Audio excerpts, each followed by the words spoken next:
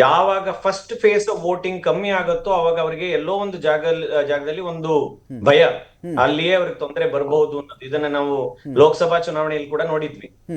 ಆದ್ರೆ ಯಾವಾಗ 64ರಿಂದ 67% ನಡೀತೋ, ಎಲ್ಲಿಯೋ ಒಂದು ಜಾಗದಲ್ಲಿ ಎನ್ ಡಿ ಎ ಸರ್ಕಾರಕ್ಕೆ ಆಡಳಿತ ಅಥವಾ ಕಲ್ಯಾಣ ಯೋಜನೆಗಳಿರ್ಬೋದು, ಸ್ಥಿರತೆ ಭರವಸೆ ಇರಬಹುದು, ಈ ಎಲ್ಲ ವಿಷಯಗಳನ್ನು ಒಂದು ವಿಸ್ತಾರವಾಗಿ ನೋಡಿದ್ವಿ ಅಂತ ಹೇಳಿದ್ರೆ ಅವರಿಗೆ ಸ್ಪಷ್ಟವಾದಂತ ಬಹುಮತ ಅಥವಾ ಅಟ್ಲೀಸ್ಟ್ ಒಂದು ಸ್ಯಾಟಿಸ್ಫ್ಯಾಕ್ಟರಿ ಲೆವೆಲ್ ನಲ್ಲಿ ಒಂದು ಸಿಂಪಲ್ ಮೆಜಾರಿಟಿ ಸಿಗಬಹುದು ಅಂತಕ್ಕಂಥ ಸ್ಪಷ್ಟವಾಗಿ ಕಾಣ್ತಾ ಇದೆ. ಫೈನ್. ನಾನು ಇಲ್ಲಿ ಶಶಿ ನಿಮ್ಮನ್ನು ಕೇಳ್ತೀನಿ. ಶಶಿ, ಈಗ ಈ ಒಂದು ಎಕ್ಸಿಟ್ ಪೋಲ್ಗಳ ಪ್ರಕಾರ ದೈನಿಕ್ ಭಾಸ್ಕರ್ ಮತ್ತು ಪೀಪಲ್ಸ್ ಪಲ್ಸ್ ಇವರಿಬ್ಬರು ಹೇಳ್ತಿದ್ದಾರೆ, ಈಗಲೂ ಕೂಡ ಏನು ಕಳೆದ ಬಾರಿ ಇದೇ MGB ಮಹಾಗಠಬಂಧನ ರೇಸ್ಗೆ ಬಂದು ಒಂದು 15 ಕಿಲೋಮೀಟರ್ ದೂರ ಇದೆ ಅನ್ಬೇಕಾದ್ರೆ ಸುಸ್ತಾಗಿ ಕೂತ್ಕೊಂಡ್ಬಿಡ್ತಾರಲ್ಲ, ಆ ಸ್ಥಿತಿಯಲ್ಲಿ ಇವತ್ತಿಗೂ ಇದೆಯಾ ಮಹಾಗಠಬಂಧನ? ಇದ್ರ ಪ್ರಕಾರ ನೋಡಿದಾಗ ಒಂದು 10-15 ಸೀಟ್ ಜಾಸ್ತಿ ಇದ್ದಾರಪ್ಪ ಅವರು. ಇಲ್ಲ, ಇದು ಕಂಪ್ಲೀಟ್ ಉಲ್ಟಾ ಆಗುತ್ತೆ ನನ್ನ ಪ್ರಕಾರ ಮತ್ತು ನಮ್ಮ ಎಲ್ಲ ವಿಶ್ಲೇಷಣೆ ಪ್ರಕಾರ. ಯಾಕೆಂದರೆ ಒಂದು ಸೂಕ್ಷ್ಮತೆ ಹೇಳ್ತೀನಿ, ದೇಶದ ಪ್ರಪಂಚದ ಪತ್ರಿಕೋದ್ಯಮ ನಮ್ಮ ಇಂಡೆಕ್ಸ್ ಏನಿದೆ, ನಮ್ಮ ಸ್ಥಾನ ಎಲ್ಲಿತ್ತು, ಈಗ ಎಲ್ಲಿದೆ? 161 ಕಂಟ್ರೀಸ್ನಲ್ಲಿ ಇವತ್ತಿನ ದಿನ ನಾವೇ ನಾಚಿಕೆ ಪಡುವಂಥ ಸ್ಥಿತಿ ಬಂದಿದೆ. 150ನೇ ಸ್ಥಾನಕ್ಕೆ ನಾವು ಪಡೆದ ಪತ್ರಿಕಾ ಸ್ವಾತಂತ್ರ್ಯ ಅಂದರೆ ಏನಾಗಿದೆ, ಒಬ್ಬರ ಕಪಿಮುಷ್ಟಿಯಲ್ಲಿ ಸಿಕ್ಕಾಕೊಂಡಿದೆ. ಆದ್ರಿಂದ ಇಂತಹ ಹೇಳಿಕೆಗಳು, ಇಂತಹ ಎಕ್ಸಿಟ್ ಪೋಲ್ಗಳು ಸಿಗುತ್ತೆ. ನಾವು ಕಳೆದ ಬಾರಿ 400 ಅಂತ ಹೇಳಿದ್ರು, 450 ಅಂತ ಹೇಳಿದ್ರು, ಹಾಗಾದ್ರೆ ಅಪೋಸಿಷನ್ ಇರೋದಿಲ್ವೇನೋ ಅನ್ಕೊಂಡ್ವಿ. ಆದ್ರೆ ಆಯ್ತಲ್ಲ, ಜನ ಉತ್ತರ ಕೊಡ್ತಾರೆ. ಯಾವುದೇ ಕಾಲದಲ್ಲಿ ಎಲ್ಲಾ ಟೈಮಲ್ಲೂ ಒಂದೇ ರೀತಿ ಆಗೋದಿಲ್ಲ, ಎಲ್ಲದಕ್ಕೂ ಒಂದೇ ಮಂತ್ರ ಉಪಯೋಗಿಸಿದ್ರೆ ಆಗೋದಿಲ್ಲ.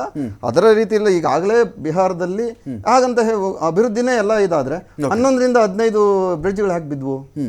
ಅಲ್ಲಿನ ರಸ್ತೆಗಳು ನೋಡ್ತಿದ್ರಲ್ಲ, ಇವತ್ತು ಹಾಕರೆ ನಾಳೆ ಕಿತ್ಕೊಂಡ್ ಬರ್ತವೆ. ಅಂತಹ ಕಳಪೆ ಕಾಮಗಾರಿಗಳನ್ನು ನಡೀತವೆ. ಪಲಾಯನವಾದ ಇವತ್ತೂ ಸಹ ನಿಂತಿಲ್ಲ. ಪಲಾಯನವಾದ ಎಲ್ಲೂ ಉದ್ಯೋಗಗಳು ಎಲ್ಲೂ ಕ್ರಿಯೇಟ್ ಆಗಿಲ್ಲ. ಸರ್ಕಾರಿ ಉದ್ಯೋಗಗಳು ಸಹ ಕ್ರಿಯೇಟ್ ಆಗಿಲ್ಲ. ಹಾಗಾದ್ರೆ ಹೇಗೆ ಅಭಿವೃದ್ಧಿ ಅಂತ ಹೇಳೋದಕ್ಕಾಗುತ್ತೆ? ಆಮ್ ಆದ್ಮಿ ಸಮಸ್ಯೆಯನ್ನು ಕೇಳಿಸ್ಕೊಳ್ಳಲ್ಲ. ಆಪರೇಷನ್ ಚಾಣಕ್ಯ ಪ್ರಕಾರ ಕೂಡ NDAಗೆ ಬಹುಮತ. NDA 140ರಿಂದ 147, ಇವರು ಇನ್ನೂ ಜಾಸ್ತಿ ಕೊಟ್ಟಿದ್ದಾರೆ. MGBಗೆ 75ರಿಂದ 101 ಸಂಪೂರ್ಣ ಬಹುಮತದೊಂದಿಗೆ NDA ಸರ್ಕಾರ ಮಾಡುತ್ತೆ ಅಂತ ಹೇಳಿ ಚಾಣಕ್ಯ ಹೇಳ್ತಿರೋದು. ಆಪರೇಷನ್ ಚಾಣಕ್ಯ ಪ್ರಕಾರ NDAಗೆ ಇಲ್ಲಿ ಬಹುಮತ ಸಿಗುತ್ತೆ ಅಂತ ಅವರೊಂದು ಸಮೀಕ್ಷೆ ಹೇಳ್ತಾ ಇದ್ದಾರೆ. ಅಲ್ಲಿ ನೀವೇನು ಮಾತಾಡ್ತಾ ಇದ್ರಿ? ಬ್ರಿಡ್ಜು, ರೋಡು ಇದೆಲ್ಲ ಬಿದ್ದೋಗ್ಬಿಡ್ತು. ಜನ ಏನು ಬ್ರಿಡ್ಜ್ ಬಿದ್ದ ತಕ್ಷಣ ಆ ಬ್ರಿಡ್ಜ್ ಬಿದ್ದಿದ್ದ ಪಿಕ್ಚರ್ನ ವಿಡಿಯೋನ ಮೈಂಡಲ್ಲಿ ಇಟ್ಕೊಂಡು ಹೋಗಿ ಯಾವುದೋ ಬೂತ್ಗೆ ಹೋಗ್ಬಿಟ್ಟು ಬ್ರಿಡ್ಜ್ ಬೀಳಿಸ್ಬಿಟ್ರು, ಕಳಪೆ ಕಾಮಗಾರಿ ಮಾಡಿದ್ದಾರೆ ಅಂತ ಹೇಳಿ ಅದ್ರ ಮೇಲೆ ಓಟ್ ಹಾಕ್ಬಿಡೋಂಗೆ ಇದ್ದಿದ್ರೆ ಎಷ್ಟೋ ರಾಜ್ಯಗಳಲ್ಲಿ ಈಗ ಅಧಿಕಾರನೇ ಮಾಡೋಂಗಿರಲಿಲ್ಲ. ನೋಡಿ, ಜನರ ಪರಿವರ್ತನೆ ಸಮಯ ಬಂದೇ ಬರುತ್ತೆ. ಒಂದಲ್ಲ ಒಂದಿನ ಪರಿವರ್ತನೆ ಇರುತ್ತೆ. ಸ್ವತಂತ್ರ ಹೋರಾಟ ಹುಟ್ಟಿದ್ದೋ ಹಾಗೆ ಆಗೋದಿಲ್ಲ. ಬ್ರಿಟಿಷರ ವಿರುದ್ಧ ನಾವೇನು ಮಾಡೋದಕ್ಕೆ ಆಗೋದಿಲ್ಲ. ಅವ್ರ ಹತ್ರ ವೆಪನ್ಸ್ ಇದೆ, ಮದ್ದು ಎಲ್ಲ ಇದೆ, ಸೈನ್ಯ ಇದೆ ಅಂತ ಒಂದು ಸಣ್ಣ ಕಿಚ್ಚು ದೊಡ್ಡ ಮಟ್ಟಕ್ಕೆ ತಗೊಂಡೋಯ್ತು. ಅವರು ಸ್ವತಂತ್ರ ಕೊಡುವಂತಹ ಒಂದು ಪರಿಸ್ಥಿತಿ ಬಂತು. ಅದೇ ರೀತಿ ಆದ್ರೆ ಇವರು ಏನ್ ಮಾಡ್ತಾ ಇದ್ದಾರೆ? ಭ್ರಷ್ಟಾಚಾರ, ಏನೋ ಅನಾಚಾರ. ಮತ್ತೆ ಈಗ ನಿಮ್ಮ ಮೊಮ್ಮಕ್ಕಳ ಕಾಲದ ಮಾತಾಡ್ತಿದ್ದೀರಾ? ಮೊಮ್ಮಕ್ಕಳ ಕಾಲ ಈಗಿಂದ ಹೇಳಿ ಇವತ್ತಿನ ಸಾಮ್ರಾಟ್ ಚೌಧರಿ DCM ಇದಾರಲ್ಲ, ಸಾಮ್ರಾಟ್ ಚೌಧರಿ ಅವರ ವಿರುದ್ಧ ಎಷ್ಟು ಕೇಸ್ಗಳಿದೆ, ಅಲ್ಲಿ ಎಷ್ಟು ಕ್ರಿಮಿನಲ್ ಕೇಸ್ ಇದೆ. ಮತ್ತೆ ಇಲ್ಲಿ ದಿಲೀಪ್ ಜೈಸ್ವಾಲ್ ಪ್ರಾಕ್ಟಿಕಲ್ ಸರ್. ನೋಡ್ರಿ, ಈಗ IT ರೇಡ್ ಆದವರು, ED ರೇಡ್ ಆದವರು, CBI ರೇಡ್ ಆದವರು ಅವ್ರ ಪಾರ್ಟಿಗೆ ಹೋಗಿ ಜಾಯಿನ್ ಆಗಿ CM ಆಗ್ಬಿಟ್ರು. ನೀವು ಯಾವ್ದೋ ಕೇಸ್ ಇದೆ ಮ್ಯಾಟರ್ ಆಗುತ್ತೆ ನೋಡಿ. ಏನೋ ದೇಶದಿಂದ ಹೊರಗಡೆ, ರಾಜ್ಯದಿಂದ ಹೊರಗಡೆ ಏನ್ ಹೇಳ್ತೀವಿ, ಅವರೇ ಇವತ್ತು ಹೋಮ್ ಮಿನಿಸ್ಟರ್ ಆಗಿದ್ದಾರೆ, ಅದು ಬೇರೆ ವಿಷಯ. ಆದ್ರೂ ಸಹ ಜನ ಒಂದಲ್ಲ ಒಂದಿನ ಬದಲಾವಣೆಯನ್ನು ಬಯಸ್ತಾರೆ. ಅಲ್ಲಿ ಆಗ್ತಾ ಇರುತ್ತೆ ಪಲಾಯನವಾದಕ್ಕೂ ಸಹ ಉತ್ತರ ಕೊಡ್ತಾರೆ. ಯಾಕಂದ್ರೆ ಅಲ್ಲಿನ ಉದ್ಯೋಗಿಗಳು ಬೇರೆ ರಾಜ್ಯಗಳಲ್ಲಿ ಬಂದು ಅವರು ಉದ್ಯೋಗ ಮಾಡುವಂತ ಪರಿಸ್ಥಿತಿ. ನಾನು ಕೇಳೋದು, ಈಗ ರಾಹುಲ್ ಗಾಂಧಿ ಈ ಎಲೆಕ್ಷನ್ ಮಟ್ಟಿಗೆ ನಾವು ಗಮನಿಸಿದ್ದು ದೊಡ್ಡ ಕ್ಯಾಂಪೇನು. ನನಗೆ ಬಿಹಾರದಲ್ಲಿ ಕಾಂಗ್ರೆಸ್ನ ಎಷ್ಟು ಸ್ಟೇಕ್ಸ್ ಇದೆ ಐ ಡೌಟ್.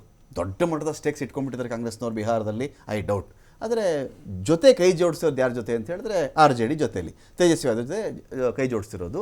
ಈ ಕ್ಯಾಂಪೇನ್ಗಳಲ್ಲಿ ಬಂದಾಗ ಏನು ಬ್ರಿಡ್ಜ್ ಬಿದ್ದೋಯ್ತು ಅಂತಾಗಲಿ, ಅಭಿವೃದ್ಧಿ ಮಾಡಿಲ್ಲ ಅಂತಾಗಲಿ, ಈ ಮಾತುಗಳಿಗಿಂತ ಹೆಚ್ಚಾಗಿ ನಾವು ಜಾತಿ ಸಮೀಕ್ಷೆ ಮಾಡ್ತೀವಿ. ಜಾತಿ ಭಾಗ 1. ಎರಡನೇ ವಿಚಾರ ಅಂತ ಬಂದಾಗ ವೋಟ್ ಚೋರಿ ಮತ್ತು ಜಾತಿ ಸಮೀಕ್ಷೆ. ಇವೆರಡೇ ವಿಚಾರಗಳಿಗೆ ಈ ದೇಶದ ಮಟ್ಟದಲ್ಲಿ ಬಿಹಾರದಲ್ಲಿ ರಾಹುಲ್ ಗಾಂಧಿ ಕ್ಯಾಂಪೇನ್ ಕಾಣಿಸಿದ್ದು. ಇನ್ಸೈಡ್ ಬಿಹಾರ ಹಳ್ಳಿಗೆ ಹೋಗಿ ಇವ್ರೇನು ಮಾತಾಡಿದ್ರು ನಮಗೆ ಗೊತ್ತಿಲ್ಲ. ನಾನು ದೇಶದ ಪರ್ಸೆಪ್ಷನಲ್ಲಿ ಮಾತಾಡ್ತಾ ಇದ್ದೀನಿ. ಸೊ ಅದು ಸಾಕಾಗಲಿಲ್ವಾ? ಒಂದು ವೇಳೆ ಈ ನಂಬರೇ ನಾಳೆ ದಿನ ಬಂದರೆ ಅಂತ ಅಲ್ಲ, ಅದು ನೀವು ಅದನ್ನು ಕಾಂಗ್ರೆಸ್ ಅವ್ರನ್ನ ಕೇಳಬೇಕು ನನಗಿಂತ. ಇನ್ಫ್ಯಾಕ್ಟ್ ಅವ್ರು ಅದಕ್ಕೆ ಉತ್ತರ ಕೊಡಬೇಕು. ಯಾಕಂದ್ರೆ ನಾನು ಆಗ್ಲೇ ಹೇಳ್ದಂಗೆ ಅವ್ರಿಗೆ ಹೇಳ್ಕೊಳ್ಳೋದಕ್ಕೆ ಏನೂ ಇಲ್ಲ ತಾವೇನ್ ಮಾಡಿದ್ವಿ ಅಂತ. ಕಾಂಗ್ರೆಸ್ಗಾಗ್ಬೋದು, RJDಗಾಗ್ಬೋದು. ನೀವು ರಾಹುಲ್ ಗಾಂಧಿ ನೀವು ಆ ವೋಟ್ ಚೋರಿ ಕತೆ ಕೇಳಿದ್ರೆ ಇವತ್ತೂನು ಅದೊಂಥರ ಜನ ಒಂಥರ ನಗೆ ಪಾಟ್ಲಿಗೆ ಆಗ್ತಾ ಇದೆ. ಅದು ಪ್ರತಿ ಬಾರಿನೂ ಒಂದ್ ಕಡೆ ವೋಟ್ ಚೋರಿ ಅಂತ ಹೇಳ್ಕೊಂಡು ಒಂದಷ್ಟು ಸುಳ್ಳುಗಳನ್ನ ಹೇಳ್ತಾರೆ. ಅವ್ರು ಹೇಳಿದಂತ ಪ್ರೆಸೆಂಟೇಷನ್ ಮಾಡಿದ್ದು ವಿತಿನ್ 24 hours ಅವ್ರ ಸುಳ್ಳುಗಳೆಲ್ಲ ಬಹಿರಂಗ ಆಗುತ್ತೆ. ಅವ್ರು ಯಾರು ವೋಟ್ ಹಾಕಿಲ್ಲ ಅಂತಾರೋ ಆ ಎಂಟೈರ್ ಫ್ಯಾಮಿಲಿ ಬರ್ತಾರೆ, ನೋಡಿ ನಾವು ವೋಟ್ ಹಾಕಿದೀವಿ ಅಂತ ತೋರಿಸ್ತಾರೆ. ಆಮೇಲೆ ಯಾರೊಬ್ರು ಬ್ರೆಸಿಲಿಯನ್ ಮಾಡಲ್ ಹೆಸರು ತೋರಿಸ್ಬಿಟ್ಟು ಫೋಟೋ ತೋರಿಸ್ಬಿಟ್ಟು 223 ಕ್ಷೇತ್ರ ಏನೋ ವೋಟು ಯಾವುದೋ ಒಂದು ಬೂತಲ್ಲಿ ಅಂತೇನೋ ಹೇಳಿದ್ರು. ನೋಡ್ರೆ ಆ ಬೂತ್ಗೆ ಹೋಗಿ ಚೆಕ್ ಮಾಡಿದ್ರೆ ಅಲ್ಲಿ ವೋಟ್ ಹಾಕಿರೋರು ಎಲ್ಲರೂ ಇದಾರೆ ಆ ಹೆಸರಿನಲ್ಲಿ, ಬೇರೆ ಬೇರೆಯವರು. ಅವ್ರು ಈಚೆ ಬಂದು ಮಾತಾಡಿದ್ರು. ತಿರ್ಗಾ ಮಹದೇವಪುರದಲ್ಲೂ ಹಂಗೆ ಒಂದೇ ಅಡ್ರೆಸ್ ಅಲ್ಲಿ 84 ಜನ ಇದ್ದಾರೆ ಅಂತ ಹೇಳ್ಬಿಟ್ರು. ಅಲ್ಲಿ ನೋಡಿದ್ರೆ ಅಲ್ಲಿ ಲೇಬರರ್ಸ್ ಮಾಡ್ಕೊಟ್ಟಂತ ಒಂದು ಕ್ವಾರ್ಟರ್ಸ್ ವೋಟ್ ಹಾಕೋದಕ್ಕೆ ಕೊಟ್ಟಿದ್ದ ಜಾಗ ಅದು. ಅದ್ರಲ್ಲಿ 6 ಜನ ಮಾತ್ರ ವೋಟ್ ಹಾಕಿದ್, ಬಾರಿ 78 ಜನ ವೋಟೇ ಹಾಕಿಲ್ಲ. ಈ ರೀತಿಯಾಗಿ ಅವ್ರು ಒಂಥರ ಟುಸ್ಪಟಾಕಿ ಮಾಡ್ಕೊಂಡು ಕತೆಗಳು ಹೇಳ್ಕೊಂಡು ಒಂದ್ ಕಡೆ ಅದನ್ನೇ ಹೇಳೋದು, ಇನ್ನೊಂದ್ ಕಡೆ SIR ನ ಅಪೋಸ್ ಮಾಡೋದು. ಅವರು ಆ ರೀತಿಯಾಗಿ ಹೇಳಿದ ಮೇಲೆ ಅಲ್ಲಿ ವೋಟರ್ ಇದ್ರಲ್ಲಿ ಆ ಥರ ಏನೋ ಪ್ರಾಬ್ಲಮ್ ಇತ್ತು ಅಂತ ಅವ್ರಿಗೆ ಏನಾರು ಅನ್ಸಿದ್ರೆ ಅವ್ರು ಹೇಳ್ತಿರೋ ಸುಳ್ಳು ಬಿಡಿ ಆಯ್ತಲ್ಲ.